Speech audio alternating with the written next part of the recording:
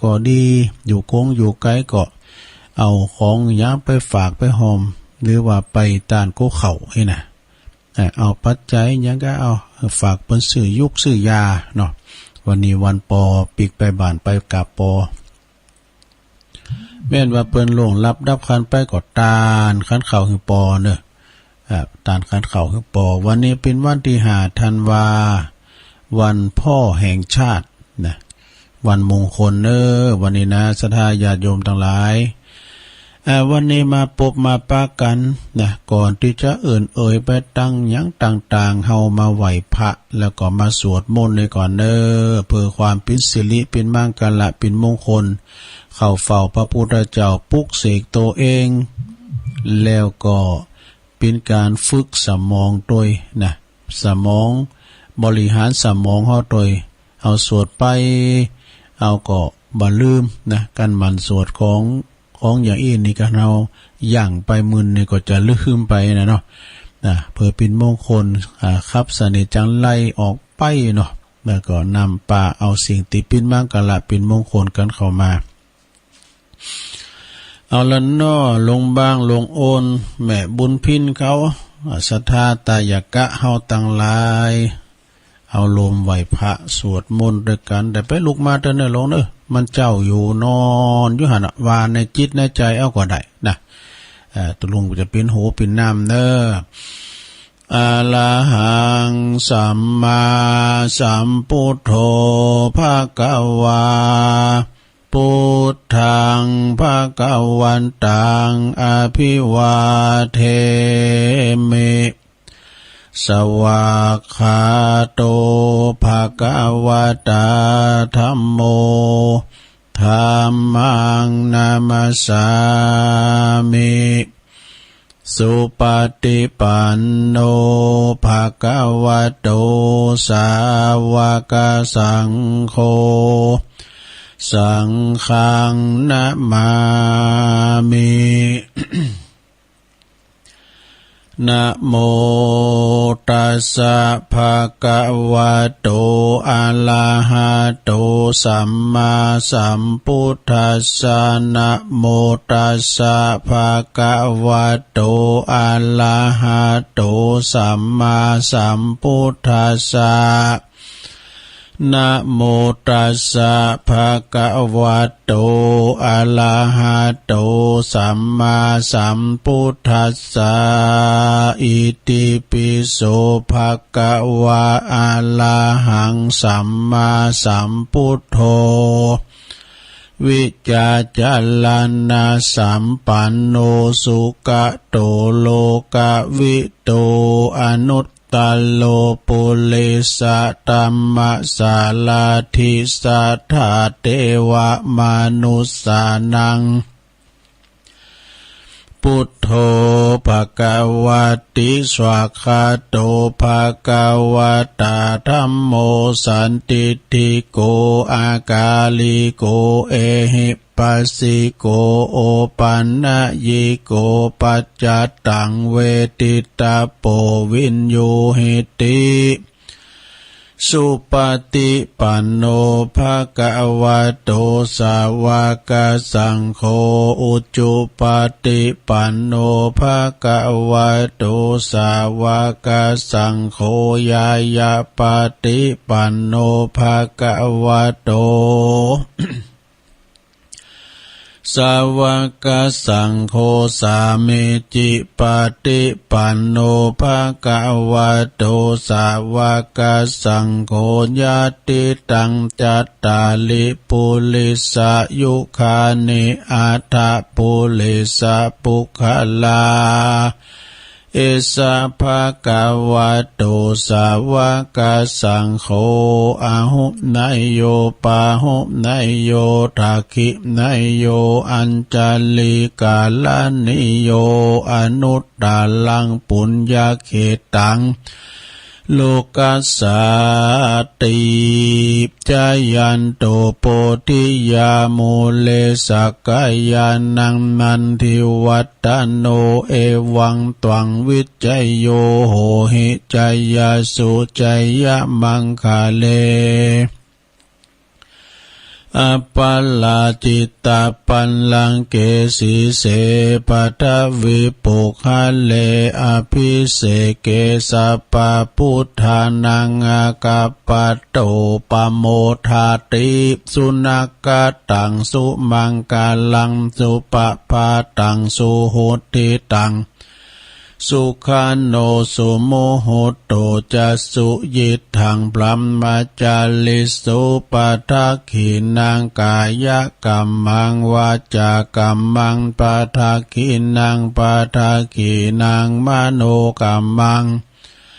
ปณิทิเตปะทักขินาปะทักขินานิกาตวนะละพันตเถปะทักขิเนสัพพิติโยวิวัจจันตุสัพพะโลกวินาศตุมาเตปวัตวันตลายโยสุขิติกายุโกภวะอภิวาทานาสิลิสานิจังวุตตาปัจจายโนจัตตาโลธรรมาวาทานติอายุวันโน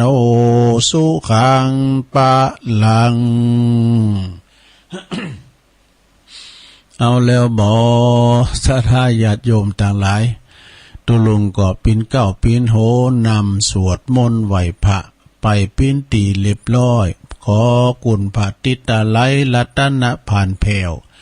กุณพระแก้วเจ้าตั้งสามประการจงได้ดลบันดาลเนาะมาปกป้องคุ้มครองรักษา ยัง ตันครูบาอาจารย์พระมหาเถรานุเถระพระภิกษุสามเณรอยู่กับวัดกับว่ามีสลีที่คาอายุมันยืนยาวนะอยู่กัมจูปูจาสืบทอดพระศาสนาไปเหิงเมื่อนานจินลูกจินหลานได้ปินเนื้อนาบุญที่ใดอายุกับวัดกับว่าศรัทธาญาติโยมได้มาพึงปาอาศัยในบุญบารมีกราบไหว้สักการะบูชาเน้อปันศีลปันปอนปินตียึดเหนี่ยวจิตใจของปออกไม่ออกศรัทธาญาติโยมต่างหลายปออกไม่ออกศรัทธาก็ขอมีสุขภาพพลานามัยสมบูรณ์แข็งแรงหนาแดงแสงเฮอเนอะอยู่กินอยู่ต้านกันไปใจมีอายุมันยืนยาวอย่าเจ็บอย่าจน ห่างไกลจากพยานอันตรายเนอะวันนี้มาปบมาปะกันตะลงกับวันที่5 ธันวาวันปอเนอะศรัทธาญาติโยมต่างหลายต่อไปก็จะได้เเนอะสถานีที่เปิ้นมีบุญหูกับหมู่เฮาเจ้าขาดทั้งหลายกันมีเปิ้นเฮาก็บ่ได้ยินดักแซบเนี่ยเดี๋ยวนี้ทั้งซ้ายไต่โซนไต่นี่บ่ได้ยินนะตั้งวัดห้วยตองซักตั้งกุเตอร์นี่มอกตี2กึ่งนี่เปิ้นเปิดเพลงออกแล้วล่ะนี่ฟังเช็คระบบไหนก็แหวจะปิ้นจะใดบ่ฮู้เด้อขอบคุณสถานีวิทยุเปิดการศึกษาพระพุทธศาสนาและวัฒนธรรม FM 104.50 เมกะเฮิรตซ์วัดไฟหินเนอร์ตำบลสุดเตบอำเภอเมืองจังหวัดเชียงใหม่โดยเมตตาบารมีธรรมอาจารย์พระครูสมุวิสุวัฒน์วรกิจโจอาจารย์พระครูเปิ้นตื่นเจ้าลิงสัญญาณไปเตเมื่อเพลงขางเพลงใส่โตเจ้าละนะตุลุงก็ฟังตุลุงทองนะวันนี้เปิ้นเลิงย่าปากคอกย่าปากคอกพิจารณาเจ้าฟังเนาะบางพองก็ไหวพระเตเมื่อตุลุงแล้วนะตุลุงทองเปิ้นก็นำไหวพระอย่างตุลุงนะอีติปิโสอย่างไหนกะวิทยุของคณะสงฆ์อำเภอฝางโดยเมตตาบารมีธรรมในพระเดชพระคุณหลวงปอพระครูสุจิตานุรักษ์ด็อกเตอร์เจ้าคณะอำเภอฝางเนอะ100.25 FM 100.25 เมกะเฮิรตซ์ ซึ่งก็ตั้งอยู่ณที่วัดพระบาทอุดมนำบ่อสาวาสำนักวิปัสสนาโดยเมตตาบารมีธรรมอาจารย์ตุปีเจริญโชติธรรมโมตุปีก็ลิงสัญญาณไปให้ศรัทธาครอบคลุมไปถึง3อำเภอศรัทธาเปิ้นอยู่ที่สูงญาติได้เปรียบฟังกันไปตามสะดวกสบายพี่น้องไม่อายชัยประการฝางฟังกันเบิกก็โทรมาพร้อมกันเนอะพี่น้องบ้านเฮาก็ดีโทรกันมานะ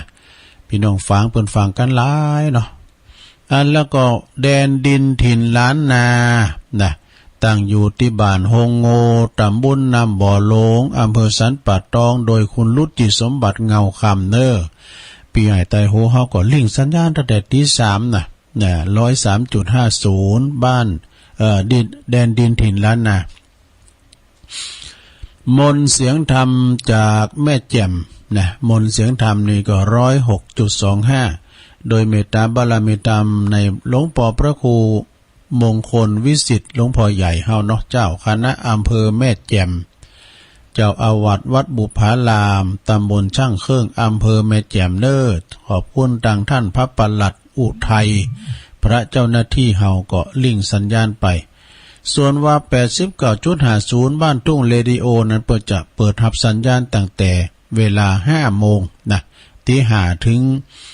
ตี7นะโหอันไปตีอยู่ถึง7 โมง แล้วก็คลื่นของน่านฟ้าเรดิโอนะ101.75 เมกะเฮิรตซ์นี่เพิ่นจะเปิดรับสัญญาณก็4 ตี 4 เช้านะเปิดรับสัญญาณของคุณลุงนิรันดร์ปันดอนตองคนบ้านเดียวกันแล้วก็สถานี 90.75 เมกะเฮิรตซ์วิทยุชุมชนคนเหนือเขื่อนตั้งอยู่ที่อำเภอฮอดครอบคลุมประดังอำเภอฮอดและก็อำเภอดอยเต่าขอบคุณเจ้าหน้าที่เนอะลิงสัญญาณไปแล้วก็ 98.75 ดังเติมหัวนี้ไม่เพนเขาคลื่นธรรมะของชุมชนวัดห้วยตองสักตำบลโขงเป้าอำเภอจำตองพระครูวาปีวรมานิช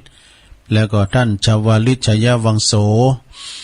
ตลอดถึงที่ว่าเพิ่นฟังทางระบบออนไลน์และระบบ Facebook ของวัดไฟหินก็ดีฟังย้อนหน้าย้อนหลังได้ย้อนหน้าแต่มีย้อนหลังเนาะเนี่ยอันนี้สุดตักตายไปแล้วสถาญาติโยมทั้งหลายฟังกันไปวันนี้เป็นวันเสาร์นี่เฮาจะมีทบทวนนะเอาอกเอาใจอีปอยเมเขาดีไปวัดไปวาบ้าใดเฮาก็เอาวัดเฮาเนี่ยเป็นบ้านเนาะ สมมุติว่าเฮาไปวัดไปวาเนาะลองนึกถึงกำลังกำบักเก่าป่อก่อนเฮาไปวัดก็ไปไหว้พระเจ้าเปิ้นจี้ทุบจี้เตียนกันเฮาไปเกณฑ์ขันศีลไปครูบาเปิ้นปันศีลปันปอนน่ะเริ่มเดี๋ยวนี้เฮามาย้อนยุคมาพัฒนาสมองก็จะลืมกันน่ะขนาดตุลุงยังลืมน่ะของบักกินโหเนาของบ้านเราก็โหลืมเนาะเฮาก็จะมีการสู่มาเข้าพิกาหารสู่มา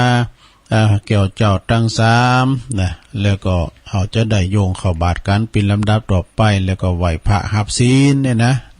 เอาแล้วเด้อเนาะเปิดบ่เป็นการเสียเวลาตัวลุงก็จะเป็นปู่จานก่อน เป็นปู่จานนี่วางกันถึงโลงกะเนาะวางกันถึงหมู่ถึงโมนในโลงไปวางดังให้ไปวางดังให้เขาเจน จะโยงเขาอาจารย์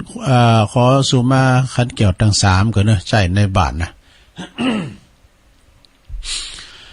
นะมา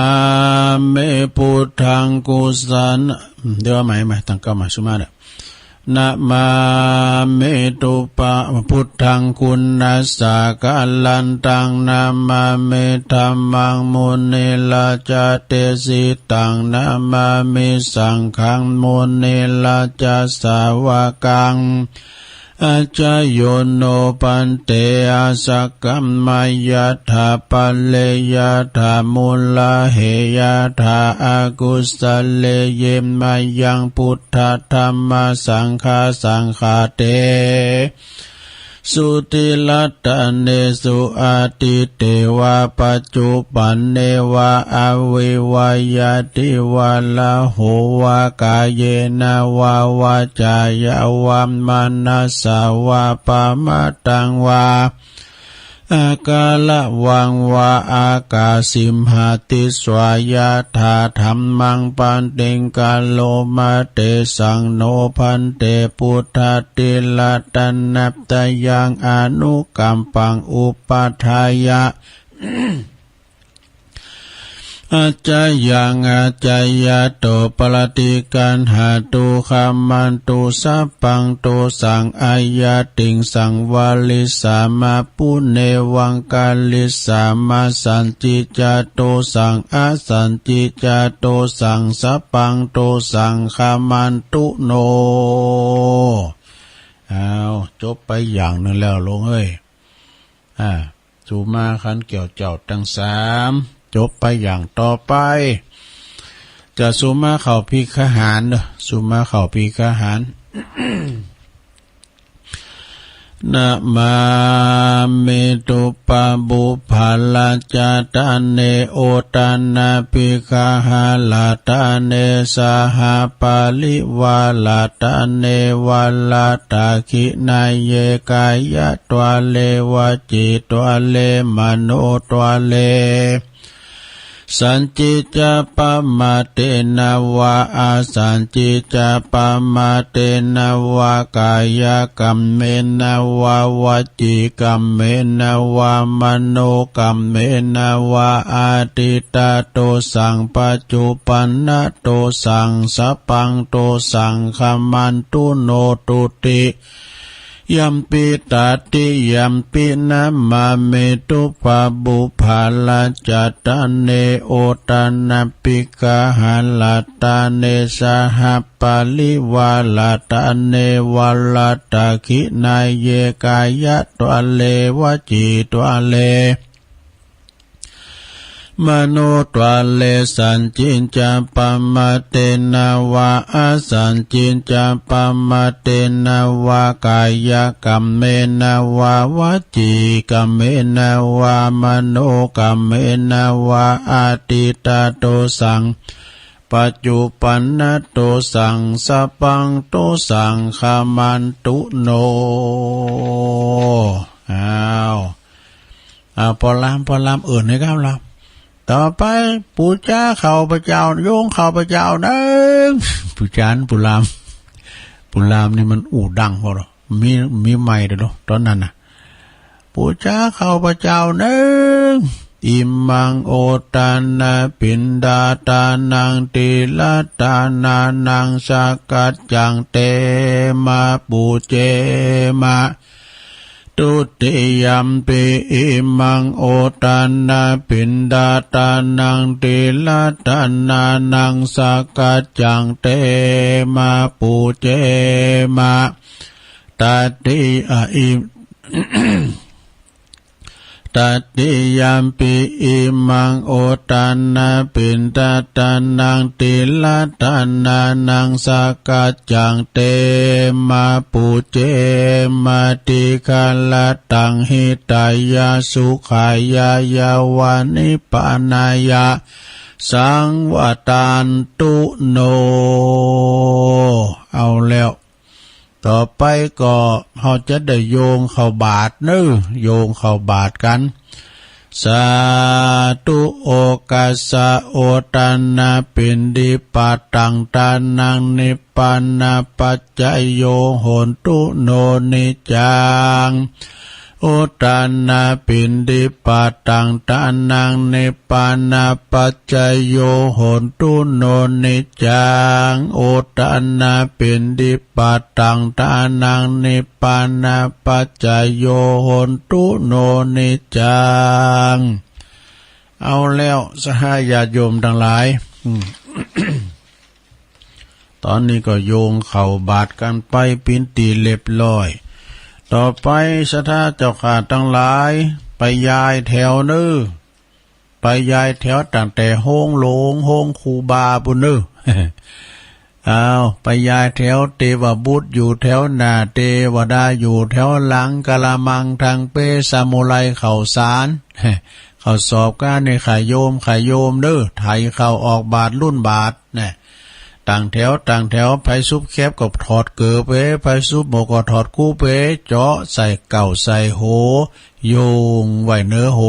ลำเปิงในใจว่าข้าวของข้าพระเจ้าข้าวดังดอกบัวยกขึ้นเหนือหัวถวายแด่พระสงฆ์จิตใจจำนง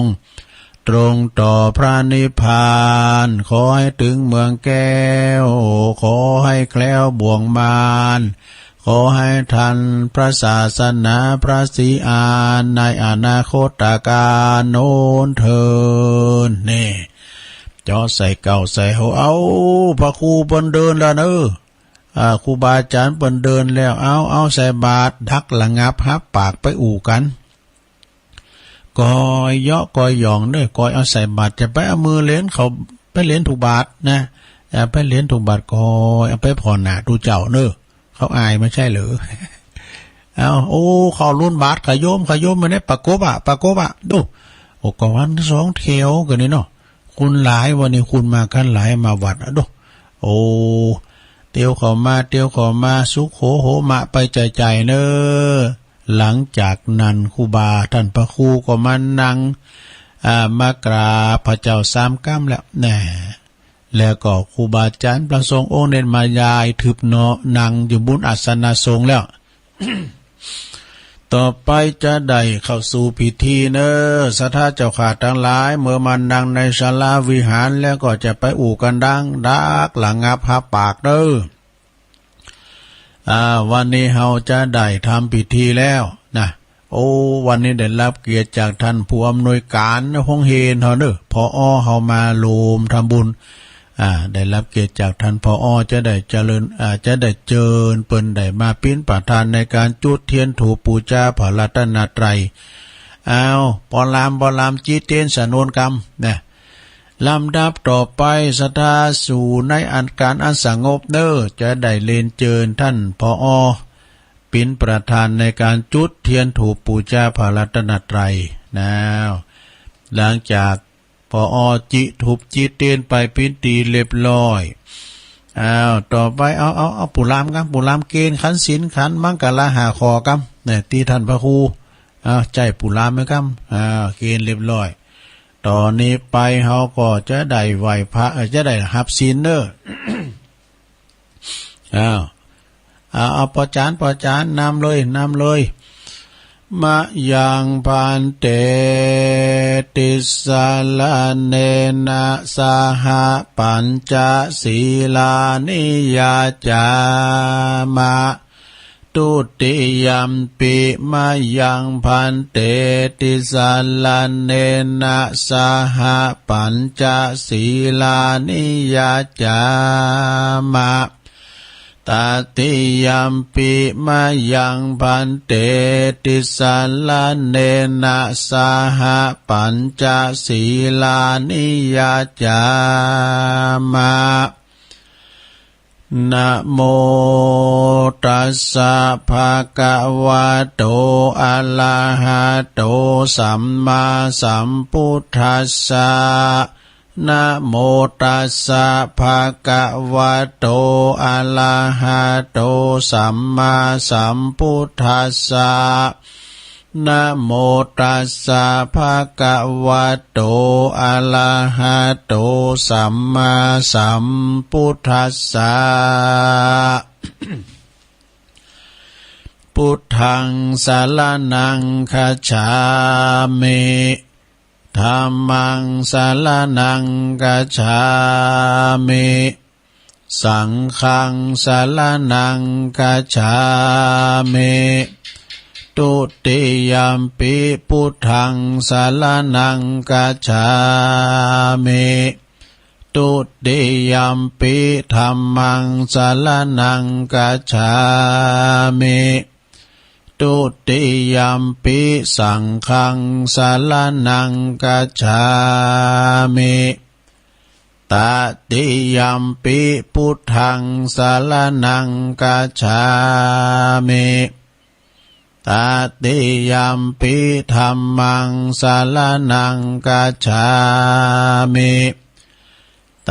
ติยัมปิสังฆังสรณังคัจฉามิติสสรณะคัมมานังนิทิตังปานาติปาตาเวละมะเนสิกขาปะตังสัมมาติยามิ อตินนาตานาเวละมาเนสิกขาปตังสมาธิยามิกาเมสุมิจฉาจาราเวละมาเนสิกขาปตังสมาธิยามิมุสาวาทาเวละมาเนสิกขาปตังสมาธิยามิสุราเมรยะมัชฌะปมาตฐานาเวละมาเนสิกขา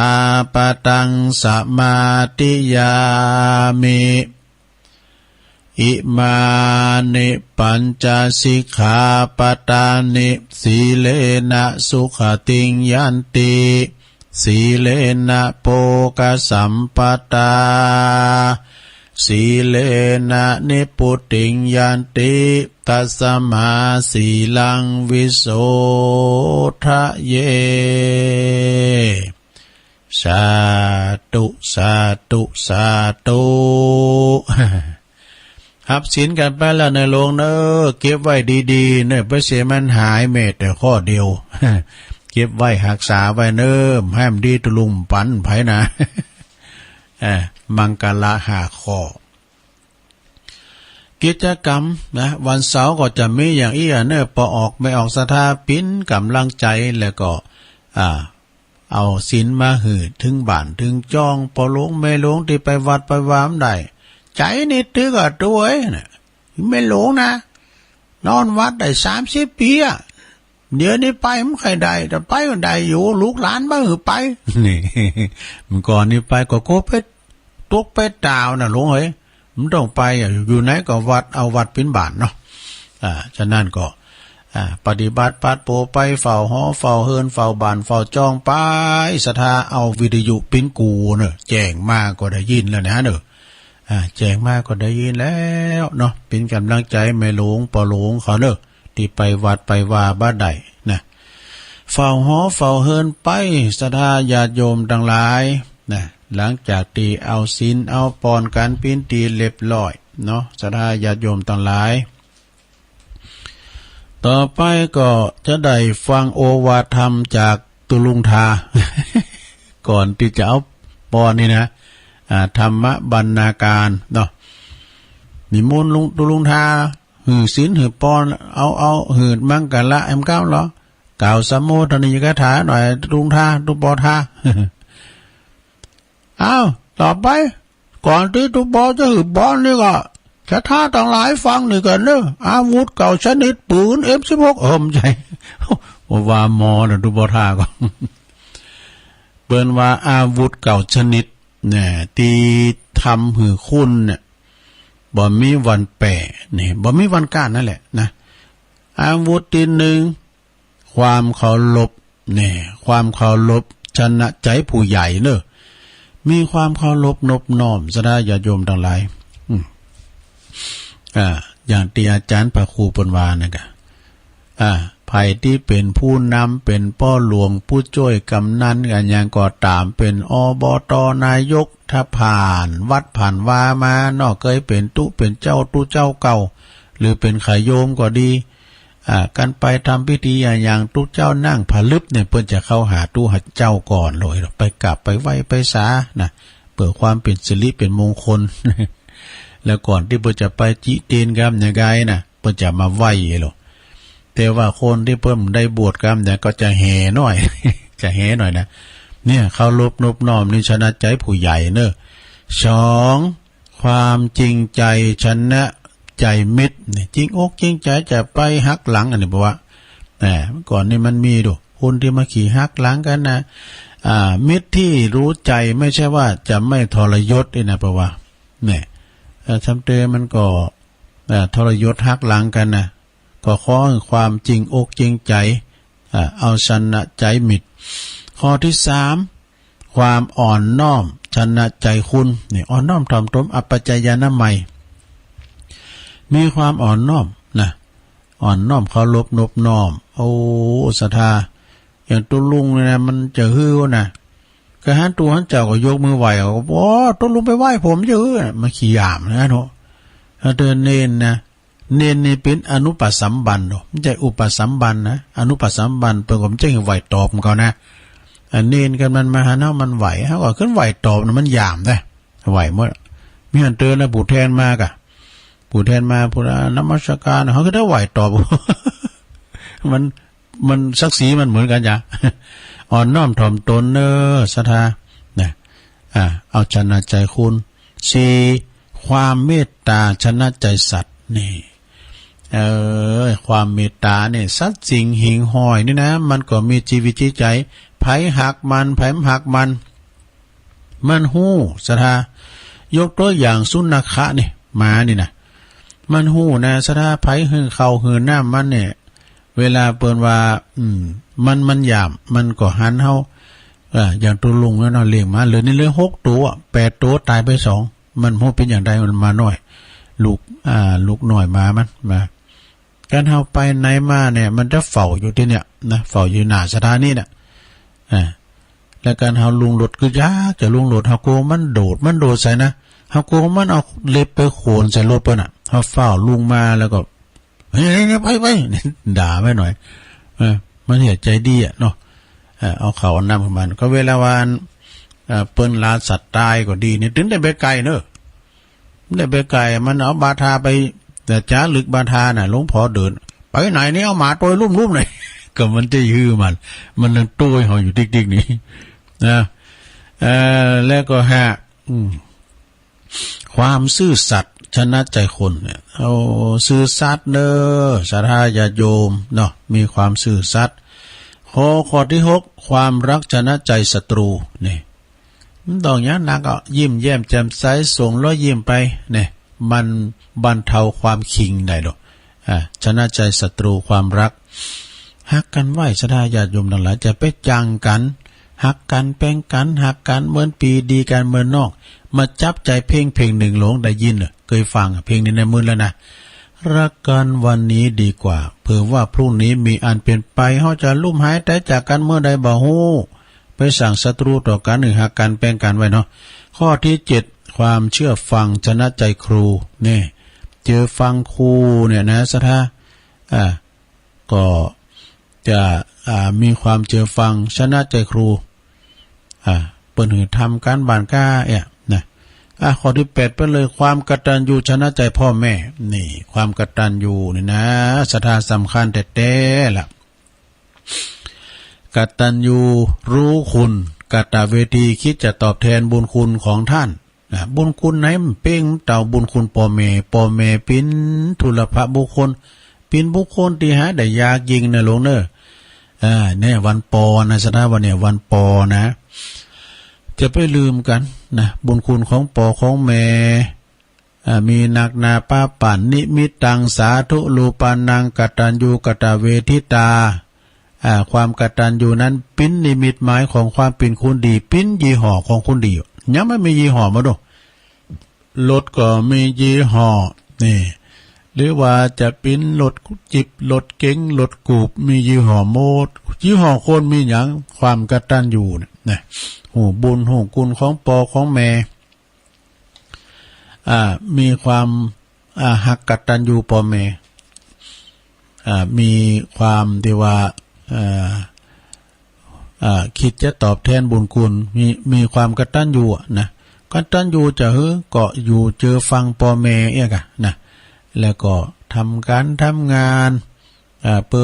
อแม่เปิ้นเลี้ยงใหญ่หน้ากาบ้านมาแล้วเฮาก็ไปพอไปกอยเปิ้นเนาะวันนี้วันปอเนอศรัทธาญาติโยมจะไปลืมปอเตียวดุ่มเฮาก็ไปรักษาเปิ้นรักษาใจรักษากายเอาสตุ้งสตังไปหือเปิ้นพองนะซื้อกินยุกกินยาแม่ว่าเอาหยังไปเล็กๆน้อยๆเปิ้นก็ภูมิอกภูมิใจแล้วนะดีอกดีใจหรือว่าเปิ้นลุ่มหายแต่จากไปกดไปตานเขาเขานี่วันเนี่ยเนอะไปตานเขาเขาตานเขาเขาหึปอถือว่าเป็นอานิสงส์นะวันนี้วันดีเนอะโยมเนอะวันปอแห่งศาสตร์แหม2ข้อซะนะแหม2ข้อความกตัญญูก็ปอ ต่อปอต่อเมสุดท้ายข้อที่9ตุปอทาบ่ฮือความอันนี้เป็นบ่ฮือน่ะความอดทนแน่วแน่ชนะใจตนเองแน่ชนะใจตนเองนะศรัทธาความอดทนนี่นะอดทนไว้จะไปกึดหยังหนักจะไปนั้นมีความอดทนนี่เก่าขอเนื้อมังกะละเก่าขอต่อไปตัวลุงเอานี่มาว่าทำกรรมเหลือเกินตัวลุงทากระจกสองกรรมว่าไม่ได้ว่าสักคำกระจกสองกรรมความสองความจริงกระจ่างทุกชาติภพนี่คุณเฮานี่ได้เกิดมาปิ้นอย่างอ้านปิ้นอย่างอี้สถานะเหมือนกันร่ำรวยตุกจนบ่เหมือนกันคุณงามคุณบ่งามมันบ่เหมือนกันเพราะว่ากรรมแต่ไทยเฮาได้สร้างไว้ในอดีตชาติบางก่อนนะสดาญาโยมทั้งหลายบางคนนั้นเกิดมากับบุตรโลกมาเลยนะปิ้นไข่ออดแอดละอ่อนมาจำเดินน้ำมันปิ้นผายาดดูละอ่อนนะโลกมาเนี่ยบึดปิ้นนั่นบึดปิ้นนี่ปิ้นคุ้นโลยแต่นี้เนาะพ่อแม่ก็ตอมนะเอาไปรักษาที่หันที่นี่มันปิ้นโลกมาโลกมาปิ้นผายาด3 วันดี4 วันเมยจอมเจาะดอดอยนะแต่บางคนนะสดาญาโยมทั้งหลายเขาลงไปตามห้วยตามดอยเขาหันละอ่อนน้อยเบิ่นนะขี่มุกกาหูดังเห็นนี้แล้วเอามือมาป่ายนี่แก่มันนึกว่าแตกขาบโออาแหละแล้วมาเจเตียวอย่าห้อมก่อน จุบบ่แข็งกับดาบมันเจ็บมันเป็นอย่างสักเตือหืออย่างนั้นแล้วก็อุ้มมาน้อยว่ะ2-3เขามีลายเนอะมันเจ็บมันเป็นอย่างเขาไปหาเขาเนี่ยปวดโดดำดอยลอยหวยไปมากืดในใจว่าคันเขาเจ็บเขาปิ้นจะเอาไปห่วงยาเต็นเนาะก็ใครแต่ใครว่าเฮานางรถเนี่ยปวดรถต่างก็คดีนะมันก่อนนะแต่แล้วก็เขานี่ถ้าได้มีเทวดาคุ้มครองจ้ะผีป่ากาหยังนะคุ้มครองบ่นะเนาะมันเจ็บมันปิ้นหยังแล้วใจใหญ่เนอะใจใหญ่อย่างใดก็เนี่ยเอามาคืนพอที่วัดพระธาตุดอยน้อยนะเน้นเขาเนี่ยก็มาในตัวน้อยศรัทธาตั้งแต่เห็นม.1 มานะตัวน้อยหน้านี่ตา2 นิ้วนี่มึนนะเฮายังบ่เข้ามาเล่งต่อมาเล่งขุนน่ะตัวใหญ่โว้ยฮะปี2 ปีลำโหลำเก่าเฮาแล้วนี่เป็นบ่าวจัวลัว มีอันเตยละอ่อนไม่ยิงขี่รถขึ้นมานี่ขี่รถเครื่องนะน้อยหนุ่มเนี่ยเป็นนักเรียนกะจะมาทำบุญวันเกิดมาเฮ้มาตุดงอย่าป่านปอนขึ้นเอาว่ะเฮ้ยอยู่ฮื้อน่ะมาทำบุญวันเกิดอย่ามาปอนจะเอากับเนนวะกวางห้อมสูนี่เอียดเขามันใจใหญ่ซะได้จะโยมแล้วก็มีหันวันหนึ่งมันขี่รถขึ้นมามันรถอันนั้นก็รถยนต์เนาะถามว่าใครมาส่งเนนนะพ่อครับอันนั้นรถพ่อเนนนะครับมีรถเขาก็ไปถามเนนน้ำตนเนนองค์นั้นเนี่ยไม่ใช่ธรรมดานะเขามีรถยนต์นะพ่อเขาเนนต้นนี้ขึ้นว่าพ่อผมก็มีหลวงลุงไปบอกรถอะไรดีแม็กดูความเจ้าคุณจอมเจาะดอยนะความเจ้าคุณตุกนะมีหันเตืองหรอกจะตักบาทวันจะตักบาทเทโวไว้กะสระพ่อแม่เขาก็มาดอกพระตัวน้อยดำคีมีนะปวดแม่มันมาปอนมาเอารถโฟวินมากะดูถ้าอย่างไงไม่ได้หลวงลุงมันขึ้นห้วยขึ้นดอยเขาไม่จะธรรมดานะลุงนะทับใหญ่นะทับหลวงนะมันก่อนนะว่าพี่น้องตะเมืองยองเนาะพี่น้องตังหลายน่ะเป็นที่เปิ้นมาอยู่เมืองไทยตัวน้อยๆปากย้ำสินกินน้ำลุ่มนี่แหละเนี่ยเขาก็มาแล้วมาตัวปีไอใต้หูเขาเนี่ยมาลุ่มก่อนโอ้ยหลายก็เลยแหละอยู่ที่วัดสุวรรณวิหารสมัยอาจารย์เขินนะสาวหลายๆทุกมันจะงอมตากผ่าเหลืองก็ในฝุ่นนี่แหละทำเดี๋ยวนี้ก็ไปมีสดาญาติโยมทั้งหลายเอ้ยหายไปเนอะพันเนนเฮานี่นะก่อนเนี่ยครูบาหรือว่าเจ้าบ้านเนี่ยเฮาไปทางบ้านนอกบ้านนาหันอารามก็ดีหันสำนักสงฆ์หันวัดหันว่าเปิ้นซักผ้าเหลืองตากกันในปุตตูยายถือไปดิโมนเนาะหันผ้าเหลืองก็โมนนะเมื่อเดียวนี้ใครเขียมไปแล้วศรัทธาเปิ้นก็เอาอกใจนะมีเงินนิตยพัฒน์ด้วยนะศรัทธาแต่มันมีกระตุกเก้านะกะ ตัวปลายอย่างตุลุงเขาจะได้แหละทุก มันจะเอาวาดนี่แต่ยาพัดนี่นะ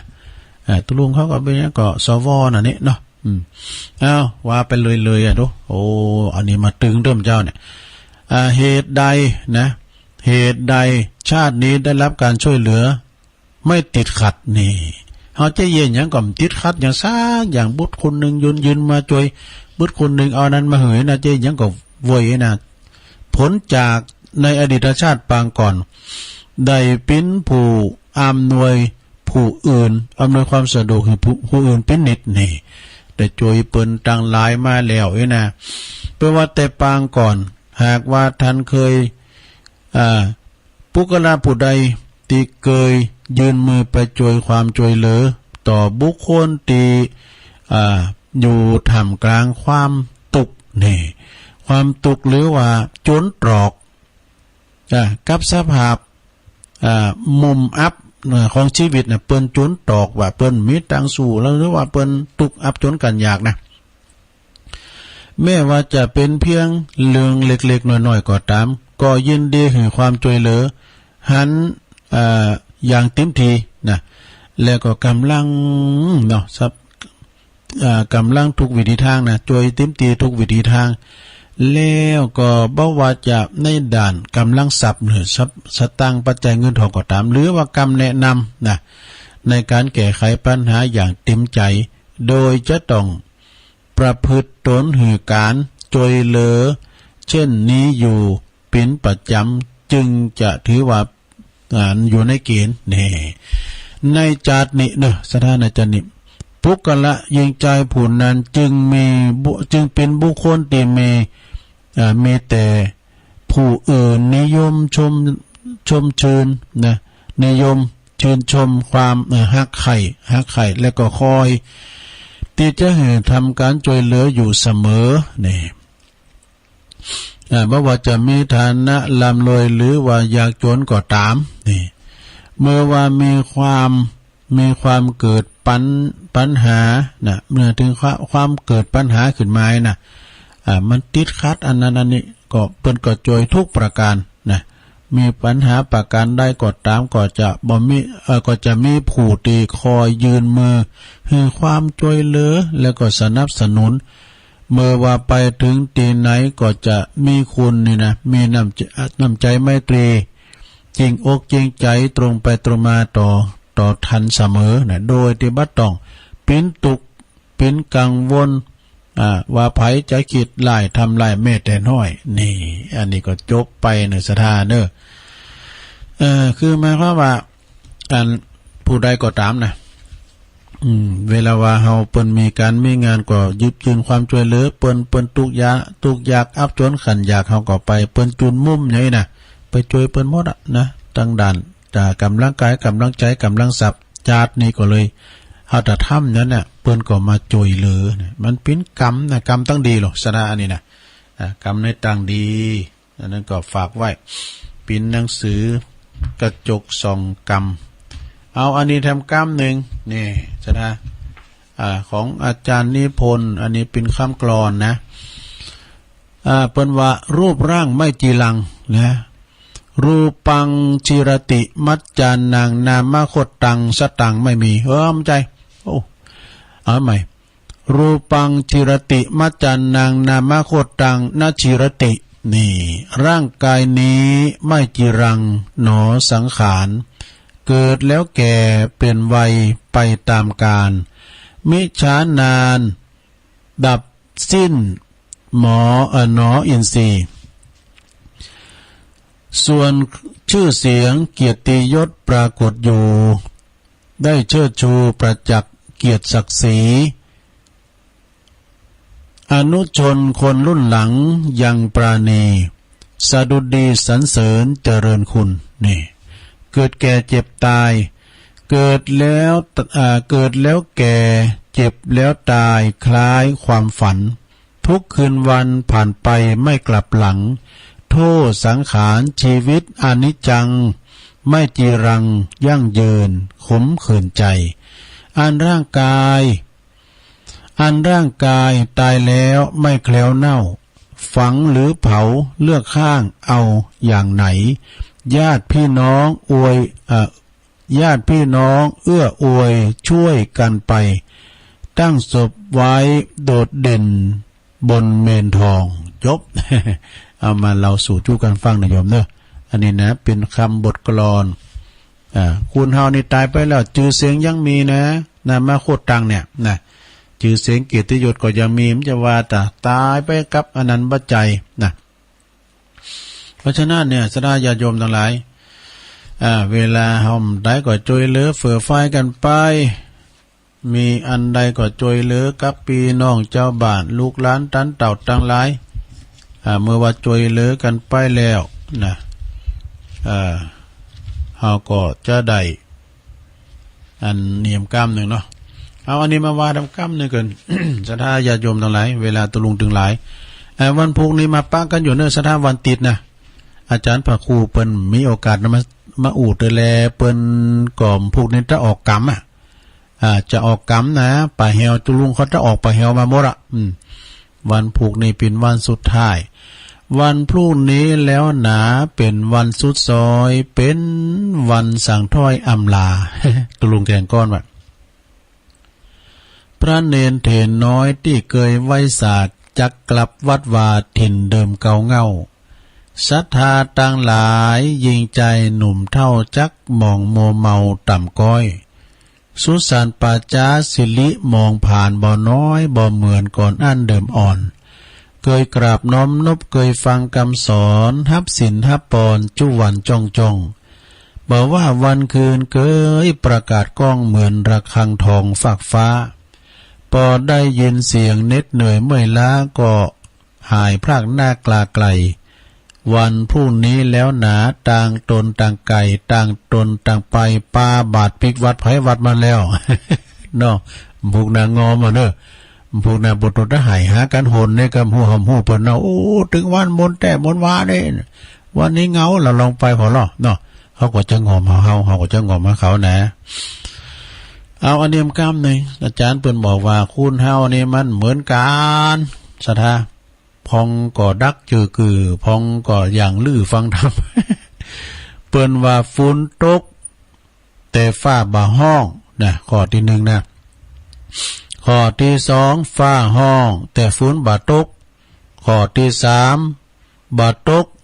บ่ห้องให้เลยสักอย่างข้อที่สี่ตึงตกตึงห้องเนี่ยเป็นปริศนาธรรมนะโยมเนอะอันนี้อาจารย์พระครูเปิ่นเคยเล่าให้ฟังหมายความว่าจะได้ข้อที่หนึ่งนะฝนตกฟ้าบ่ห้องก็คือคุณที่มุ่งมั่นทำการทำงานอย่างเดียวตึงบ่ถ่าไผบ่ออดแอดทำการทำงานอย่างเดียวบ่ล้อไผทำไปคนเดียวตึงบ่หลีกหล่องอย่างนี่อันนี้ดีนะเปิ้นมาตั้งใจทำไผมากกว่าตามไผมากกว่าตามมาถึงก็ลงมือเลยนะข้อที่หนึ่งฝนบ่ตกฟ้าฝนตกฟ้าบ่ห้องอันนี้ก็หมายความว่าดีนะข้อที่สองฝนฟ้าห้องแต่ฝนบ่ตกนี่กำก่อนเพิ่นว่าฮือคุณเฒ่าเพิ่นว่าฝนบ่ตกฟ้าห้องฟ้าห้องฝนบ่ตกคุณขี้อู่ไม่เงิน เพิ่นว่านะอันนี้ฝนฟ้าห้องแต่ว่าฝนบ่ตกก็คือคนที่มีกระปากอย่างเดียวซะนะ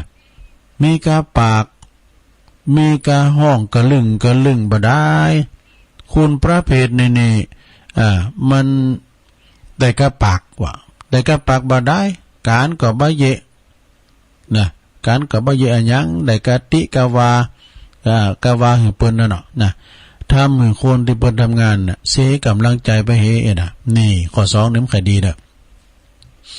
ต่อไปข้อที่3แล้วคุณประเภทที่3ก็คือตึงบ่ตกตึงบ่ห้องคือหมุนสึงลึง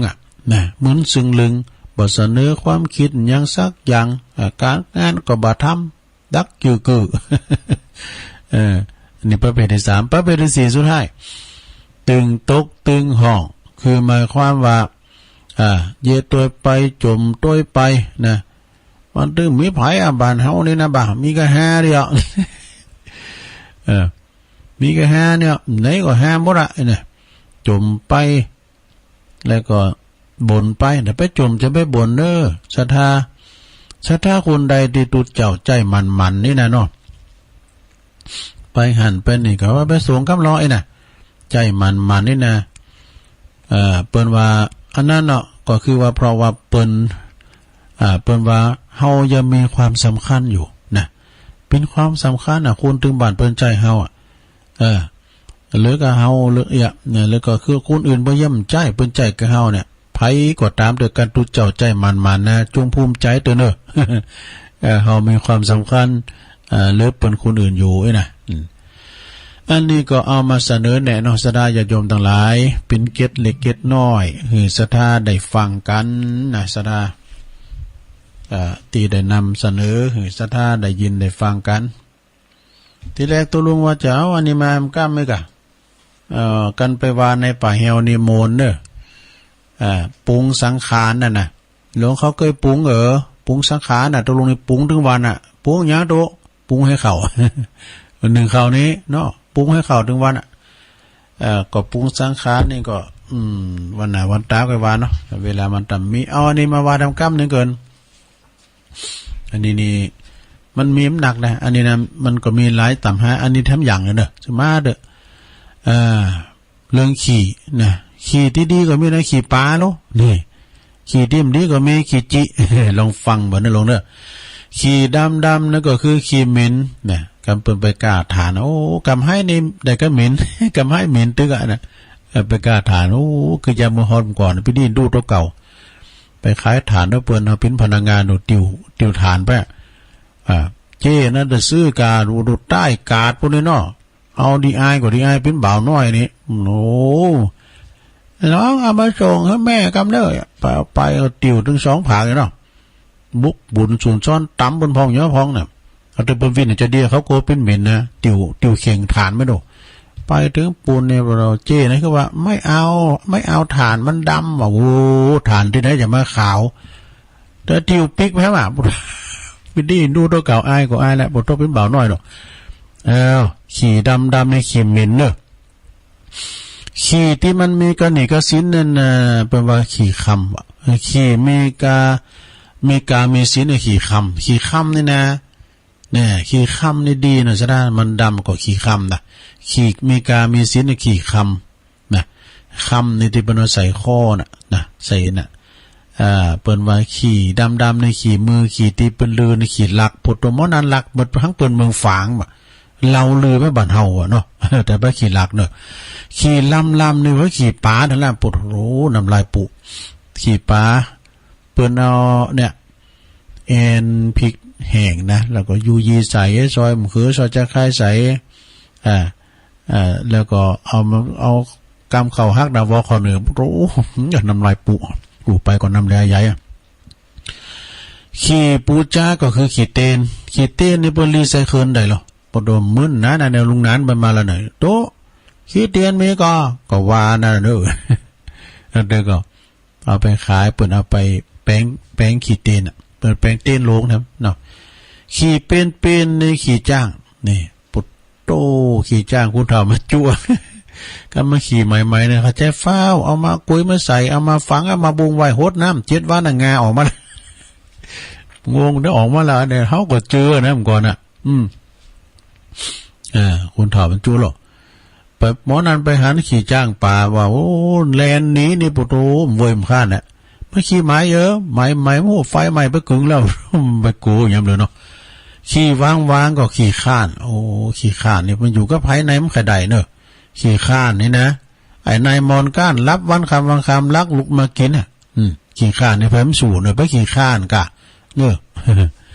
ขี่แบบตานี่ขีจิเนี่ยตาเด้อลงให้จะตั้ง10 บาท20 บาทคนขีจิไผถึงบาทถามหานะคนมีเมตตาไปตันใดตึมกันถ้าว่าทำกินตามขีมเยอะนะ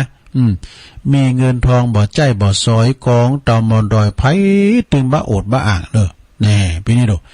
ขี่ดำขี่ลีก็คือขี่คังโทงก่อนตุลุงเขาเปี้ยน้อยนะห้องเพลงนิดหน่อยนะไปห้องขี่คังแป้งนะเบ้ย เยอมันเป็นอย่างปุ่นกับมันเขาจะเอาไก่ได้ก็มาเกี่ยวกับย่างขี่ค้างปุ่นก่อนไม่ว่าแผ่นบอกซ้อนี่นะหลงแผ่นบอกซ้อ แผ่นขี่ค้างว่ะเพื่อนขี่ค้างมาแปลงว่ะก็ในห้องเพลงก็หมู่เดียวเขาเอามาว่าเนี่ยไปห้องนะบ้าขี่ค้างแปลงเนี่ยก็ถึงแปลงเดียวก่อนนะก่อนเนี่ยมันคุณเฮามันตุกโดดแล้วจะตั้งมันมีกานะคุณเปิ้นนั้นเลาะค้างแล้วนะอันเก่าเพราะน่ะอย่ามาเลาะเอาให้อยู่เฮาเขาน่ะเอามาเลาะเด้อติดเตียนไม้ซ้ำๆบ่น่ะติดหนังมาบ่เนี่ยเมื่อก็เข้าไปงมปลาขี้สากอ่ะโอ้เปิ้นก่อนน้อง2 วัน 2 คืนไปเลี้ยงควายก็ไปท้าไปงมปลาขี้สากน่ะบ่ก้องว่าเปิ้นย่างแล้วบ่เนาะเอาก็แต่ไปงมแล้วปันกันกินพองไอ้ก็โอ้กำเดียวแล้วมาขางน้ำใส่บ่อุ้ยก็อยู่ว่ามีน้ำใจกำแล้วโตก็เอาไปหมดละหรือหันก็อุปก็ปันกันกินพองไงเนาะโอ้อุตังนอกลึกแล้วล่ะขี่ที่เปิ้นจ้างขี่ลักหมอนันลักเมืองฝางบ่นลือไปบ่นเฮานะขี่ลักบ่นนี่นะขี่เม็ดนี่นะซะนะจะเป็นหลักไปจุกเปิ้นบ้านอื่นเมืองอื่นนะต่างประเทศนะถ้าลักกรรมน่ะเปิ้นกกมือแหละซะนะป่ะกฎหมายเปิ้นศักดิ์สิทธิ์นะเปิ้นกกมือเลยกกนิ้วมือเลยก็ลักคำกรรมก็กกแฮมเนี่ยลักคำกรรมก็กกแฮมการละวาทากล้ายาเสพติดประหารชีวิตแหละนะในต่างประเทศนะกฎหมายเปิ้นแน่นอนนะหมู่นั้นเขาไปป่นร้านทองเนาะที่ร้านทองนะไปยิงเจ้าของเปิ้นตายให้มา 3-4 คนน่ะเอามาแขวนคอที่หน้าร้านหั่นเลยวะเปิ้นยับได้หรอโอ้กฎหมายเปิ้นศักดิ์สิทธิ์อ่ะในประวัติเชือดหยังก็หยังให้ลิงดูเชือดไก่ให้ลิงดูกะขี่บัตตักก็คือขี่ตีคนเดียวก็คือขี้เหงาเนี่ยคนขี้เหงา คนขี้เหงาเอาให้ได้อีกกันนะลุงเนาะข่าวสารงานบุญตุลุงก็มีหลายอยู่ในระดับเปิดสายนะลุงเนาะเอาได้อีกก่อนซะได้เนาะโอ้ถ้าเปิดสายก็เดี๋ยวก่อนได้ไปฝ่าเปิดด้วยนะจะได้ประกาศข่าวสารงานบุญครูบาอาจารย์เปิดฝากมานี่นะวันนี้เป็นคืนสุดท้ายนะโยมเด้อไปรวมทำบุญกันฟังเทศน์ฟังธรรมที่สุสานบ้านสิริมังคลาจารย์3 หมู่บ้านไร่สว่างอารมณ์ปะหลงฉลองเมตอมถ้าว่าบ้านนั้นสิริมังคลาจารย์ก็ปะหลงวัชระพรหมเสนใจถ้าว่าบ้านปากตั้งเจริญนี่ก็ปะหลงบุญธรรมเลินรักเรานะคุณก่อนนักก่อนหลายคืนนี้เป็นคืนสุดท้ายคืนอำลาอาลัยไปฟังธรรมจากท่านพระครูใบดิกาสมศักดิ์ปิยธรรมโมปิยวันโนเนาะปิยวันโนอารามสันติสุขแม่ริมเนี่ยประจะไปเตดนะคืนสุดท้ายก็มีศรัทธาที่เปิ้นจะมาปิ้นจะภาพก่อสำนักปฏิบัติธรรมพระเทพสิทธาจารย์สำนักสงฆ์ไร่บกบงสำนักสงฆ์ทกมามืออันนี้กันทกมามือขึ้นแล้วนี่ก็มาหรอแล้วก็ชมรมกำนันผู้ใหญ่บ้านผู้ช่วยผู้ใหญ่บ้านหมู่ที่24 25 26เนี่ยอันนี้ก็ลายย้อยหำอ่านเนาะมันจะเปิงเวลาเปิ้นต่อไปก็ไปลืมได้วันนี้นะคืนสุดท้ายแล้วภูกวันจะออกกรรมละจะได้เก็บจีวรยัดใส่ถุงปุ๋ยวัดไผวันมันเนอะประกาศข่าวสารงานบุญวันที่15แล้วเนอะไก่มาละ15นี้เปิ้นจะมีการทำบุญถวายกุฏิทรงไทยที่วัดบ้านเรือนทรายทองก็เปิ้นมีเปตองโดยไผจะไปรวมทำบุญก่อเจิญกันได้เนอะ15ธันวามีซอด้วยนะมีมีแข่งเปตองโดยพระสงฆ์จำนวน9 รูปเจริญพระพุทธมนต์ตอนเจ้านะตักบาตร10 โมงก็จะต้านผ้าป่าโดยกรุงเทพเชียงใหม่ลำพูนครูบาเต้ลูกเนนเต้นะเปิ้นแปลงมาละวันที่15เนี่ยไปฟังทีมงานของทวัดเมืองเถินนะต่อไปงานต่อไปก็ขอเชิญรวมทำบุญทำกุศลในวันที่10 ธันวานะ10 ธันวานี่ก็เปิ้นจัดต้านโฮงเฮนที่บ้านพามอนเนอะแล้วก็วันที่19 ธันวาก็เปิ้นจัดต้านเจดีย์พระธาตุเจดีย์ที่วัดต่อเฮออำเภอแม่แจ่มแล้วก็ในวันที่11 ธันวาก็สวดมนต์108ยกยอดชัดศาลาการประเรียนตัวเนอที่วัดปากตั้งเจริญนะมาตุกทั้ง2 ต่ออินดูอาจารย์พระครู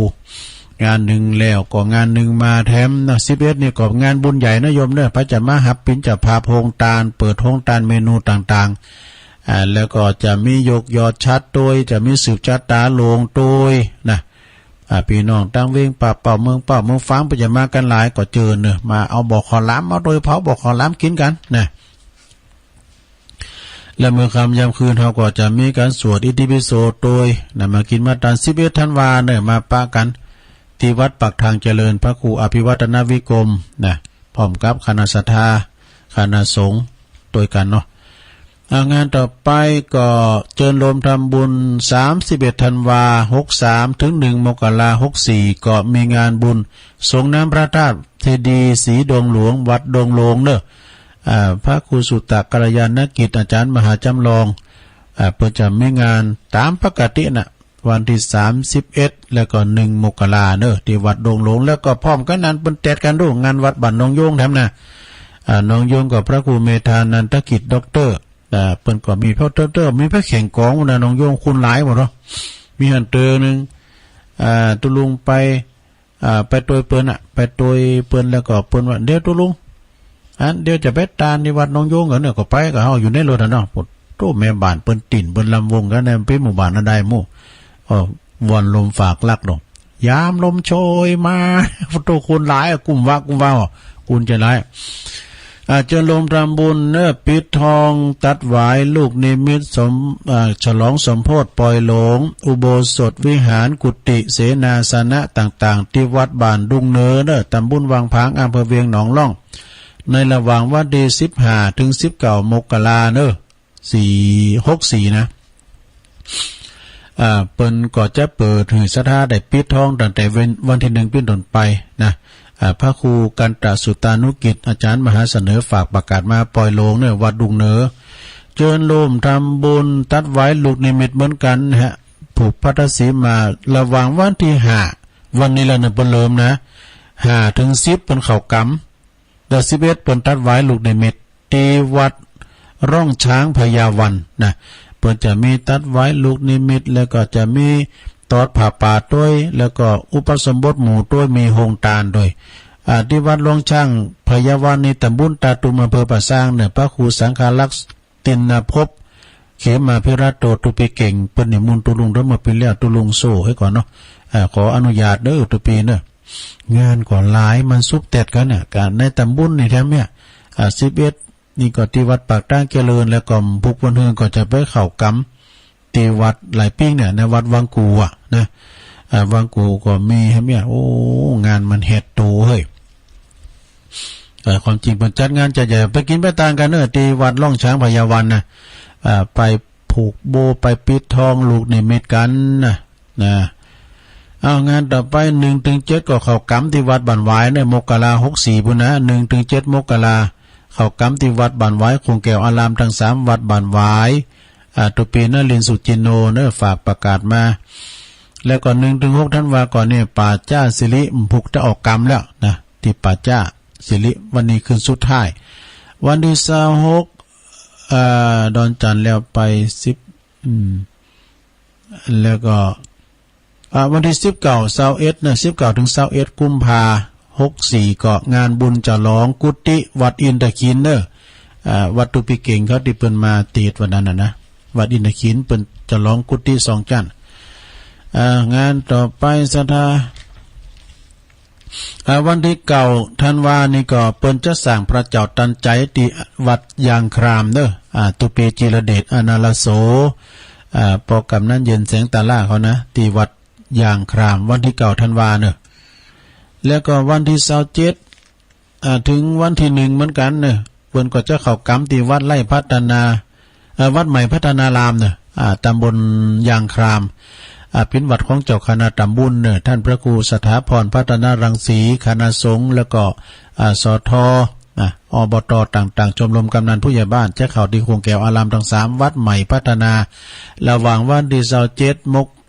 27ธันวาถึง1มกราคมเพิ่นจะมีสวดมนต์ข้ามปีด้วยเนอะที่วัดใหม่พัฒนานะเอางานต่อไปก็เจอโลมทำบุญนะ เจิญรวมทำบุญเขากำที่วัดวังกูก็8 ถึง 13นะโยมเนอะธันวานะ8 ถึง 13ที่วัดวังกูท่านพระครูวรวัฒน์พิสารเจ้าอาวาสนะตัวลุงก็จะได้ไปโจยอยู่โจยวัดวังกูแล้วก็คณะสงฆ์ตำบุญนำดิบโดยมีท่านพระครูสาธิตสารคุณแล้วก็เปิ้นเป็นเจ้าคณะตำบุญนำดิบและเมตตาบารมีธรรมหลวงพ่อพระครูสุนทรปัญญารัตน์เจ้าคณะตำบุญหนองโยงวัดป่าหกฟ้าแต่เมตตาเป็นประธานเนาะเอาแล้วก็27ธันวาเนยโยมเนอะก็ไปรวมทำบุญปิดทองชัดนะเปิ้นจะโยกยอดชัดประธานเจดีย์ที่วัดสันเมืองเนอะตำบลหนองหลองอำเภอเวียงหนองหลองพระอาจารย์เอาหลักปัญโยนันที่เปิ้นมาออกรายการตัวตะลุงนี่นะเปิ้นจะมีงานวันที่27ธันวาก็เจริญพรญาติโยมทั้งหลายพระเจ้ามหาปิจภาพสังฆทานก็ดีโฮงทานก็ดีต่างๆมีซอฟังวันคำเนอะโยมเนอะนะก็ไปกินไปทานกันที่วัดสันเมืองนะท่านพระครูนันทบุญญาเขตเจ้าอาวาสท่านอาจารย์อาจารย์เน้นหลักปัญโยนันพระสงฆ์เป็นก่อหลายอยู่นะปกำนันวิวัฒน์ปัญโยยอดนะที่วัดสันเมืองเด้อแล้วก็วัดมอนห้วยแก้วเปิ้นจะเข้ากรรมเนอะ27ธันวาถึง1 มกรานะที่วัดมอนห้วยแก้วแล้วก็วันที่29เปิ้นจะยกยอดชัดเจดีย์ด้วยยกยอดชัดเจดีย์ชเวดากองจำลองในวันที่29นะเป็นวันเดือน4ปิ้งพอดีก็ที่วัดม่อนห้วยแก้วอาจารย์สมหวังพระครูกัลยาณปราโมทย์ปลงแดงเขาเนอะในวันที่1นั้นก็จะสืบชะตาโดยตาลสายตันเตนโดยแล้วก็วันที่31ก็สวดมนต์ข้ามปีตัวเนอะ14 ถึง 20ธันวา63นี่ก็เปิ้นจะเข้ากรรมที่วัดโพธิมงคลอำเภอพระเนอะตำบลบ้านหงอำเภอบ้านหงโดยมีท่านพระครูโพธิพัทราวุฒิเจ้าอาวาสแล้วก็คณะศรัทธาเนอะเปิ้นจะกินจัดต้านกันก็ไปสร้างเข้ากรรมตอนเจ้าไปฟังธรรมตอนกลางคืน14 ถึง 20ธันวาที่วัดโพธิมงคลอำเภอพระแล้วก็งานต่อไปวันที่27ใหม่พัฒนาอันนี้ก็จดหลายตีเนาะแล้วก็เจิญรวมทำบุญสร้างเข้ากรรมกันเปิ้นจะเข้ากรรมปฏิบัติธรรมกันเนอะที่ระหว่างวันที่16 ถึง 22ธันวาเข้ากรรมที่วัดปทุมศาลารามวัดสันปุเลยนะ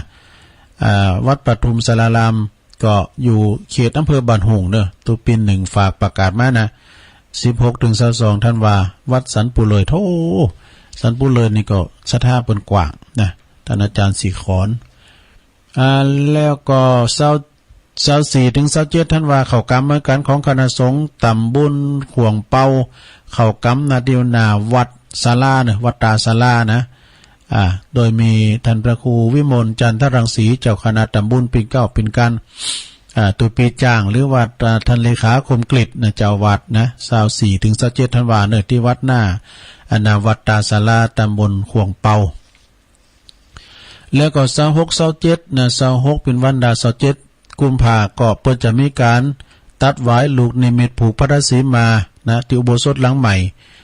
ที่วัดวังดินเนี่ยวัดวังดินก็พระอธิการรุ่งโรจน์ประภัสโรประหลวงบัญชาใจพยัคฆ์เขาวันที่26นี่เป็นวันดา27นี่ก็เป็นวันตัดหวายลูกนิมิตผูกพระราศีมาที่วัดวังดินเนี่ย11 ถึง 17อันนี้ว่าไปละ2 ถึง 10เนี่ย2 ถึง 10 มกราปีหน้านะ64เปิ้นมีจัดงานเข้ากรรมที่คงแก้วอารามทั้ง3ที่วัดกอม่วงตำบลปากบ่องอำเภอป่าซางพระครูประภัสสาธุการนะพร้อมกับพี่น้องศรัทธาวัดกอม่วงกว้างขวางเด้อถึง2ตำบล ตำบลปากบ่องตำบลแม่แรงนะไปสร้างเข้ากรรมกันนี่ก็เป็นนานดิบหรือว่าปมเจริญพรหมมาแบนฝากประกาศมาเด้อ2 ถึง 10 มกราวันที่18ธันวาก่อนในตำบลเดียวกันนี่แหละเปิ้นจะสร้างหล่อผัดเจ้าตันใจที่วัดดอนชื่นนะวัดดอนชื่นเปิ้นจะสร้างพระเจ้าตันใจ18ธันวาเนี่ยพระครูมานัสสุทธิกรนะแล้วก็พร้อมด้วยคณะศรัทธาเหล่าเป่าเหล่าป่วยกันนะดอนชื่น แล้วก็เราย้าวไต่เนอะ28 29ธันวาเปิ้นเอาวันที่29วันเดียวเลย29วันเดียวเป็นวันเดือน4ปิ้งเปิ้นมีประเพณีแต่ไทยนะตั้งแต่สมัยตุลุงบานมาละนะพระครูปิยะธรรมาภิบาลแต่ก่อนเนี่ยโอ้ไปวางเปิ้นโอ้ยามหนาวไผว่าสักเตอไปมาเป็นประเพณีเดี๋ยวนี้ดูมีไปทั่ว ที่1 มกราก็มีแล้วเนาะวันที่29เด้อ4ปิ้งนะ29ธันวาเปิ้นจะมีงานเดือน4ปิ้งสงน้ำพระธาตุที่วัดเหล่ายาวใต้เด้อพระครูสังฆารักษ์สมบัติอภิรามนิโยปหลวงหนิงเขาปหลวงศรีไว้เขาเนาะไปกินไปตานกันเด้อเปิ้นเอาวัดหลายปีนี้ก็ย่นเข้ามาหน่อยที่วัดหนองเจดีย์ตำบลนครเจดีย์อำเภอป่าซางก็จะมีงานจัดเข้ากรรมเหมือนกันเด้อที่โคงแก้วอารามทั้ง3ระหว่างวันที่10ถึง17มกราคม64เด้อ10ถึง17มกราคม64ก็งานเข้ากรรมปฏิบัติธรรมที่โคงแก้วอารามทั้ง3วัดหนองเจดีย์ท่านปลัดศิวนัทเมธีปัจโชโตฝากประกาศมาวันที่17วันสุดท้ายจะยกยอดชัดศาลาด้วยเด้อจะยกยอดชัดศาลาตัวที่วัดหนองเจดีย์ไปลืมในสดาญาติโยมทั้งหลายวันที่27นะ27นี่เปิ้นจะมีงานฉลองตราตั้งวัดใบวัดนี่เปิ้นยกฐานะอารามปิ้นวัดโดยสมบูรณ์มีพระภิกษุจำพรรษาแล้วก็ตราตั้งเจ้าอาวาสพระอธิการนะแล้วก็ตราตั้งรองเจ้าคณะตำบลที่วัดดงนิมิตรนำดิบน้อยเด้อตุปีพิเชษฐ์สิริพัทโทเปิ้นจะร้อง3อย่างกันเด้อดิมดีมีพระแข่งกองไปหู วันที่27ธันวาเนอะสดาญาติโยมไปรวมมุทิตาจิตแสดงความยินดีครับตุปีพิเชษตุพิเศษเฮานะในอันเวลาโอกาสที่เปิ้นได้เป็นเจ้าอาวาสแล้วก็ได้ตั้งวัดโดยสมบูรณ์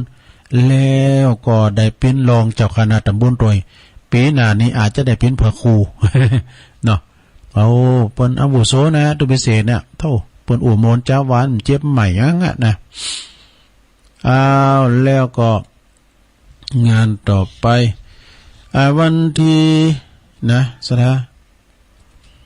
วันที่13ถึง20ก็งานออกเมนพระราชทานเพลิงศพเนอะธันวาเนี่ยกลางเดือนน่ะ13ถึง20ก็ตีวัดศรีบุญยืนนะเปิ้นก็จะมีงานออกเมนพระราชทานเพลิงศพปล่อยหล่อเนาะพระครูศิริปุญญากรอายุเปิ้น83 62พรรษาอดีตปิ้นเจ้าคณะตำบลเมืองงาอำเภอเมืองจังหวัดลำพูนณเมนโชคราวหน้าวัดศรีบุญยืนเนอะในระหว่างวันที่13ถึง20ก็ปากันไปปูจาโลไม่เงินโลไม่คำไปปูจาตั้งผ่าปังสกุลกันไปแสดงความไว้อาลัยไปช่วยกันเด้อ27ธันวางาน2งานบวกกันทำบุญฉลองอายุวัฒนมงคลครูบาตุ่นเนอพระครูวิทานวรการอายุ82นะณที่วัดบ้านเราพระเจ้าใต้เขียวพร้อมกันนั้นก็จะมีการฉลองตราตั้งเจ้าอาวาสในเมตตาบารมีธรรมอาจารย์ท่านพระครูภาวนาโสภิตด็อกเตอร์วิปัสสนาจารย์ในวันที่27เหมือนกันนะงาน2งานเนอะไปรวมมุทิตาจิตไปรวมทำบุญด้วยกันเนอะที่วัดบ้านเราพระเจ้าตะเขียววัดที่ศักดิ์สิทธิ์ในจังหวัดลำพูนเฮา27เหมือนกันเนอะอันนี้แล้วไปจะรวมทำบุญเข้ากำแหมกำหนึ่งนะเข้ากำก็ตีวัดชัยชนะหรือว่าปงสนุกนะวัดชัยชนะปงสนุกหมู่2ตำบลประตูป่าอำเภอเมืองจังหวัดลำพูนในระหว่างวันที่15ถึง20ธันวาเนอะ15ถึง20ธันวามีสวาธุเจ้าชาวตุนแล้วก็ชาวตูบโปโตชาวมีหนักเนอะเพิ่นจะสร้างศาลาบาทเนอะแล้วก็ลื้อศาลาหลังเก่าสร้างศาลาหลังใหม่ไอ้จอมยุทธ2แผ่นดินฝากประชาสัมพันธ์มาเนอะ15ถึง20เนอะธันวาที่วัดปงสนุกวัดปงสนุกวัดชัยชนะนะแล้วก็วันที่27เนอะ27ธันวาถึง3มกรานะเปิ้นจะมีงานประชุมเพลิงศพหลวงพ่อเมตตาหรือวัดตุลุงใจที่วัดป่าเหวกันเนาะตำบลบ้านขออำเภอเมืองปานจังหวัดลำปางในวัดทุ่งบอนนี่ค่ะ วัดทุ่งซ่านดอนชัยบ้านของแม่สายพินนะหลวงพ่อเจ้าคณะตำบลเปิ้นมานิมนต์หลวงพ่อมาป้าใส่โอ้อันเนี้ยกะตุลุงยองเปิ้นจะออกเมนพระราชทานประชุมเพลิงนั้นจะพระราชทานพี่น้องตุลุงใจในเป็นคนบ้านเฮาเนี่ยเนาะเป็นคนดอยน้อยเนี่ยหลวงพ่อเป็นอุปชาเปิ้นบวชเนี่ยแล้วก็หลวงพ่อก็จะไปวันที่27เนี่ย27นี่เปิ้นจันลากพระศาสตร์จำเป็นต้องไปแล้วคงมาหม่เต้นเนอะมาหม่เต้นที่เขากำนะเขากำดินมอนห้วยแก้วแล้วก็วันที่3มกราเป็นวันพระราชทานเพลิงศพเนอะงานต่อไปก็จะไปลืมสดาทุกวันที่23นี่เปิ้นก็จะมีงานตังวัดศาลานะตำบลน้ำแพร่อำเภอหางดงโดยเมตตาบารมีธรรมหลวงพ่อพระครูโชติสุวรรณสอนเจ้าอาวาสพร้อมกับคณะสัตยาวัดศาลากุหอลังคาเหือนเปิ้นทำบุญทักษิณานุปัฏฐานอุทิศถวายแด่ครูบาอินตากตปุญโญพิพิธปุญญาภิรัตน์ทุกวันที่23นะแล้ว23นี่ก็ไปฟังเทศน์ฟังธรรมกัน23ธันวานี่นะ23ธันวานี่ก็ไปฟังเทศน์จากท่านเจ้าพระคุณเจ้าวัดสันทรายเจ้าภาพกับแม่จันสมแสนสุขแม่จันสม23มกราเดือนหน้าก็ไปฟังองค์เทศน์จากพระบดิกาสิริพงษ์สุมังคลยาโนวัดเทพประสิทธิ์ต้นเฮิดเจ้าภาพก็ตั้งนายประเวศปัญญาแก้วเป็นเจ้าภาพแล้วก็23กุมภาพันธ์แหมไปฟังองค์เทศน์พระครูอาสวะปริชานะครับเจ้าคณะตำบลบ้านปงอำเภอหางดงนะแล้วก็เจ้าภาพก็ปีนั้นเจริญฝนขาวปอาจารย์มรรคนายกของวัดศาลานั่นเองนะแล้วก็ต่อไปก็ค่อยว่ากันโอ้เปิ้นมีพระพุ่นนะอันนี้ก็เป็นบารมีของวัดศาลาหลวงพ่อโชติสุวรรณสอนนะแล้วไปลืมสดาญาติโยมทั้งหลายวันพิธียกยอดชัด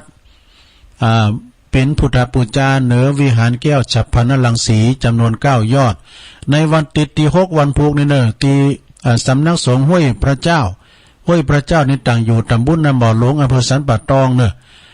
จะมีพิธี2ขั้นตอนพิธีที่1ก็จะเป็นพิธีพราหมณ์จะบวงสรวงเทพะอาหัก16จันทร์ฟ้า15จันทร์ดินพิธีที่2ก็มีพิธีสงฆ์15รูปด้วยกันเจริญชัยมงคลคาถา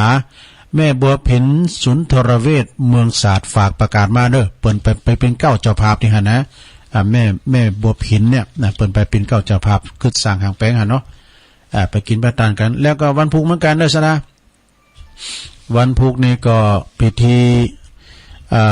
หลากศพพระศาสตร์ของลุงเม้งซึ่งก็เป็นจิตอาสาครับรถส่งลูกตุลานพเนนไปวัดพระบาทเปิ้นตั้งศพบำเพ็ญกุศลที่วัดช้างข้าวน้อยเหนือตั้งตุปีไพฑูรย์ขันติทโลเจ้าอาวาสเนี่ยเปิ้นเป็นเป็นประธานอยู่นะเพราะว่าหันคุณงามความดีจิตอาสาของลุงเม้งจะไปที่ไหนเปิ้นก็ไปส่งพระเนนขึ้นวัดถึงว่าโดยพระบาท แต่เปิ้นปิดโลกปัจจุบันดันโดนไปกำเดียวนะเปิ้นเคยมาส่งตุลุงหลายเตือนะตุลุงก็จะไปที่ไหนก็โทรไปหาที่ตุบิทูลนะผมจะมาถึงที่ทันทีจะไปโรงพยาบาลหรือจะไปเอาไปโรงยาพวกนี้ หรือว่าจะไปเที่ยวน้ำตกหรือจะไปเที่ยวดอยอินทนนท์ก็บอก อันนี้ลุงเม้งนะเปิ่นจะหลากส้มพวกละลุงเม้งขอจิตตะดวงวิญญาณลุงเม้งไปสู่สุคติโลกสวรรค์เดี๋ยวกันสถาตุลุงก็จะเปิดสายนะต่อไปตุลุงจะเปิดสายก่อนสถาเนาะพวกเจ้านี่มาอยู่เต็มแรงบึ้ดมีนะวันติดวันเสาร์มีมแรงบึ้ดก็มีตุลุงก็จะไปเข้ากำนะวันนี้วันสุดท้ายวันปอหรอนะบึ้ดแรงได้ปีกมาแม่เดินเพลนได้วาใช่กันเปล่าติ๊กเวลานี้ในมือถือได้ก็เจริญปอนเจ้าไอ้พระเจ้าแม่น้อยกาดนัดมาเลยแม่น้อยพอเป็นตึงพระเป็นตึงอาจารย์เป็นเทพบันดาลทุกอย่างของเจ้า พอยังเป็นปิ้มหล่อล้อมลูกเต่า ใดงามเหล่าตามนั่นพอเป็นอย่างใดสายใจลูกจันจักเป็นอย่างอันตุยไปคัดปอเสียบล้นผมทนหัวใจเมตตาห่วงใยบ่ไล่ขีดขัดพอหักลูกเต้แน่นอนจริงมันจึงบ่มีวันละลดขะคุณพิตาจักหาจับจดบ่หมดเนื้อถอยพันละนาวันปอคอยคุกวันจบมาหาตีหาทันว่ามาตึงเนื้อเจ้าไข่ขอเจิ้นโจรวันดาลูกเต่ามือหมูจุ้งเห่าจำไว้มาโฮมเธอทุนคุณขอไทย10 นิ้วหน่อมไว้จ้าของกินของใจซื้อไปเหี่ยวหาสาระเวลาไปสากลับไปถ้าพออยู่ไกลไปหาบ่ได้ก็ไลน์โทรไปบอกคักคนตีพอตายเสียได้ยิ่งนักว่าได้น้อมไว้เต็นคุณคือการคั้นเข่าจักเป็นกุศลขอหนึ่งทำบุญโดยหาคุณเจ้ากำยองวรรณกรรมนะเจ้าวันนี้กำว่าเตะอุเตะอะนะเจ้าภาษาไทยแปลว่าเตะละเหงเจ้าภาษาเจ้าแตกโอแตกอะเด้อเนาะอ้าวขอบคุณแม่หน่อยเจริญปอนนมัสการจ้าจากดอยน้อยพัฒนาหนองหานสันทรายจ้าอ๋อดอยน้อยพัฒนาฟังแล้วสิจ้าชัดเจนดีจ้าอ๋อดูลุงตำบลหนองหานเนาะจ้าตำบลหนองหานจ้าดูลุงดูแลรักษาสุขภาพตัวเองมันเด้อวันนี้อากาศชื้นหนาวนะวันนี้นะยังเปิ้นฉายหนังสมัยตะก่อนเป็นเด็กๆนั่นเนาะวันนี้นี่สิอากาศเย็นแท้ๆอากาศมันรู้สึกว่าหนาวนะวันนี้หนาวกันเนาะจ้าโมทนาบุญเจริญพรจ้าสาธุสาธุจ้านมัสการดูแลรักษาสุขภาพด้วยนะคะสาธุสาธุนี่จากดอยน้อยพัฒนาตำบลหนองหานเอ้าเจริญพรกลับไปสาครับลุงมาแล้วพ่อน้อยบุญปันครับผมฟังเจ้าแล้วกะผมก็บ่มีผลคนลมมีจู้คนขี้อุ้มมีเงินมันเขาเก็บแต่นะได้อยากลุงไม่มีเงินอยู่นี่มันมีหลายนะครับพ่อเพราะว่ามันเริ่มมาแต่ตัวกำปากนะตัวลุงจะกำลังใจตัวลุงอยู่เนอะโอ้ขอบคุณหลายๆเนอะปอจ๋าครับผมโอ้สาธุอีก็ดีใจแล้วปอหน่อยเพิ่นมาโวยไปโวยนะเจริญปอนไว้สาครับลุงน้องเบลสืบข่าวมาแล้วนักร้องมาแล้วครับวันนี้มาเจ้าแต่บ้านนี่ลูกบ่ขึ้นเลยไปโทรซะแล้วมาแค่นักไปหน่อยนี่ไปกินนักกะไปกินนักให้มองไอ้อื่นรับขำวิทยุไปเหี่ยวโอ้อันเดี๋ยวนี่เดี๋ยววิทยุออกนี่แกโทรหาลุงแล้วเหรอนี่นะเพลงออกแล้วเนอะนะนั่นกับวังน้องเบลผมโทรมาไปแล้วรับดีเนาะโทรพกก็ได้เอกสายไม้สายเก้าเขาโทรมาพกเอกแม่นเขาก็โทรมาถึงวันละเอกครับเพื่อกำลังใจครับโอ้ขอบคุณน้องเบลเนอะน้องเบลนักร้องผู้สืบข่าวของเรานะอ้าวสายต่อไปขอมาเลยเจริญปอนเจ้าค่ะพระอาจารย์เจ้าก็รู้แม่ปราณีมณีจรเจ้ามาแล้วจำที่ทางต้องมันมาต้องเปิดกระติดแล้วอ่ะ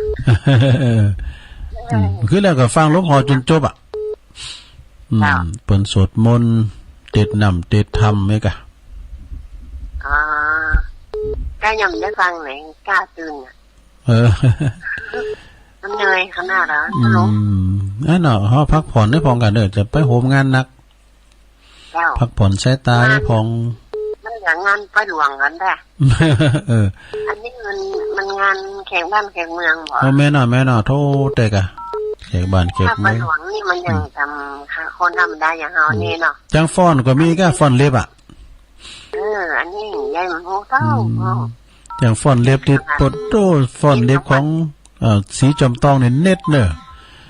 แม่บ้านเขาเปิ่นฟ้อนโมฟ้อนงามวันที่11มาเด้อแม่บ้านเด้อแม่บ้านที่อยู่จอมทองอันนี้เป็นฟ้อนประจำวัดประทาสีจอมทองเนาะหลวงปู่ฟ้อนหลวงปู่ไปป้อมมาหอมแดมปั้นไป ยินดีแม่ปานีเด้ออนุโมทนาสาธุเด้อเจ้าสาธุแม่ปานีมณีจรเมืองฝางมอเจริญปอนเจ้ากาไฟศาสตร์เจ้าตุลุงแม่สุเตี้ยศิลาพรเด้อติดตามตุลุงตลอดนะเจ้าไหว้พระฮับปอนโดยสมเด็จเจ้าและเจ้าลูกเจ้าดูได้เจ้าฟังตลอดเด้อเจ้ากาไฟศาสตร์ขอบคุณเด้อนี่ตัวแทนทางสีตีสิเตี้ยศิลาพรเด้อแม่สุแก้วศรีลาพรนะว่าเพิ่นก็เป็นเจ้าภาพเตธรรมแม่เพ็ญขาวเตี้ยเจริญปอนติดแล้วยายพร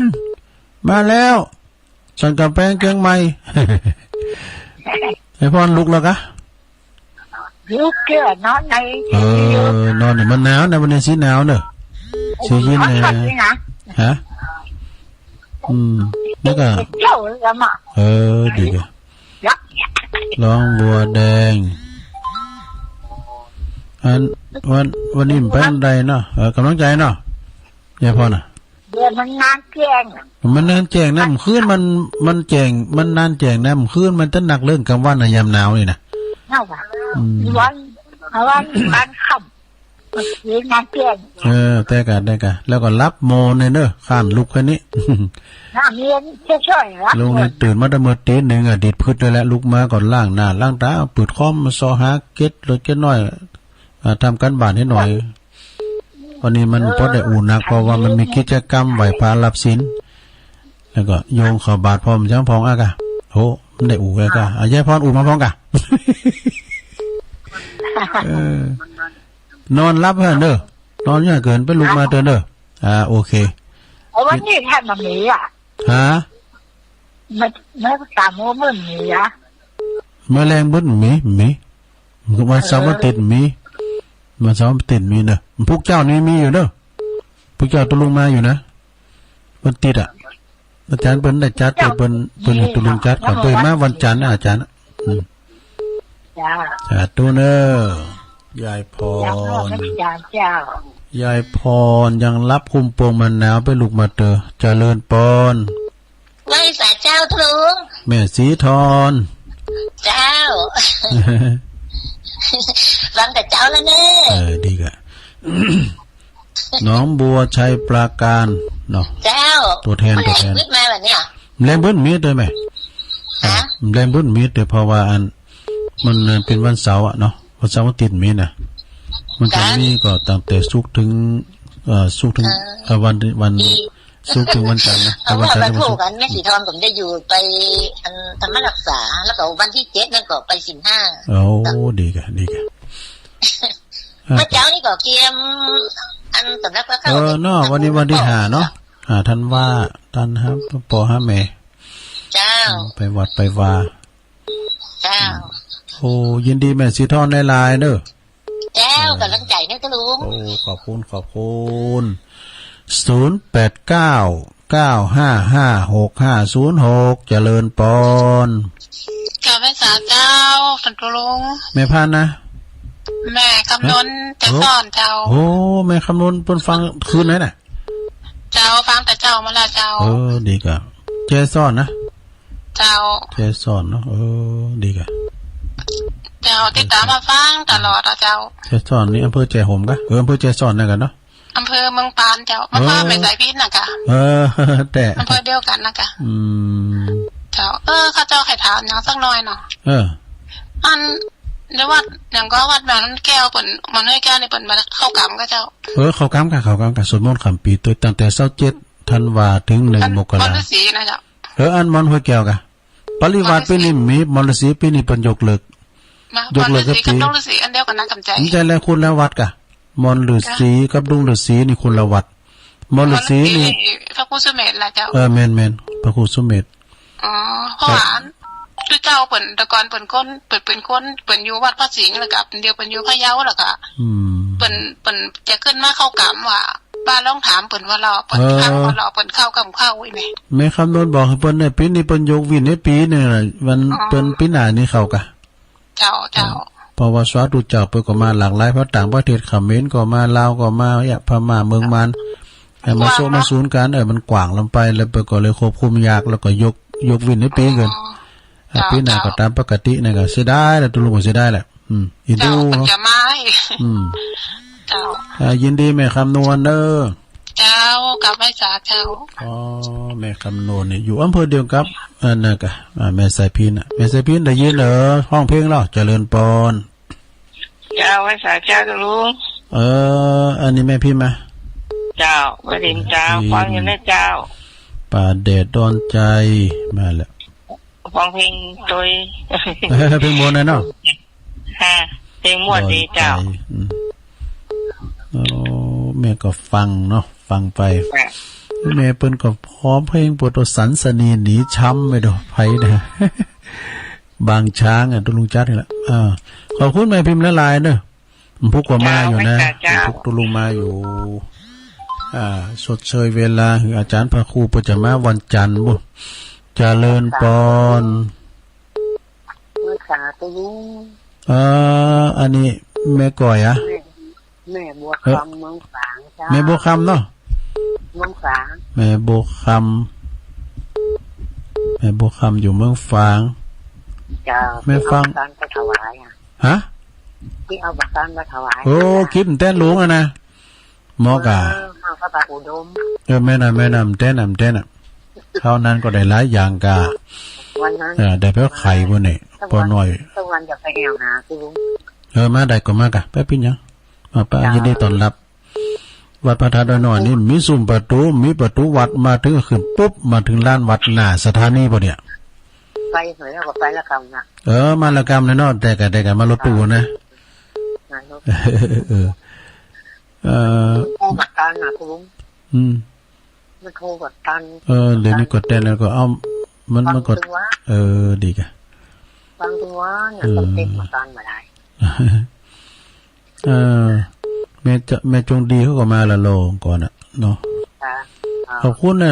แม่บุคคำเด้อแม่บุคคำฟางเนาะนั่งในงอนที่เล็กตำบลขี้เล็กเนาะที่เล็กงอนที่เล็กจ้ะยินดีนะแม่เด้อเจ้าว่าชาเจ้าอันนี้แม่บุคคำเนาะเจริญปอนชาว่าสาธุลุงแม่บุญพินนั่นเจ้าบุคคำเป็นบุญพินฟังเพลงทุลุงไปหม่อยรับไปปิ้นเนี่ยก็ซ้ำดีก็ปิ้นอยู่ในห้องกระจกกับลุงตุลุงว่ะมันจะได้หนาวได้หนาห้องผ้าผืนเดียวหรอมันอยู่ในห้องกระจกก่อนเนาะมันอยู่ในห้องกระจกอย่างตุลุงนี่กับเขาพอซิมหนาวว่านี้ก็ออกไปนอนหนาวเนี่ยโอ้ทั้งนอกหนาวได้เนอะตุลุงอากาศสุขภาพเนอะทั้งฟังอยู่เนอะขอบคุณเด้อสาธุแม่บุญพินจิตอาสาหัวสะพานบุญ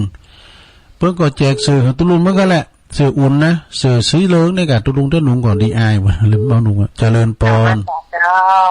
แม่อยู่ไหนอยู่แม่บัวคำตะจางเลยแม่บัวคำนู้นเนี่ยแม่บัวคำตะจางจีน่าไอ้นามสกุลน่ะ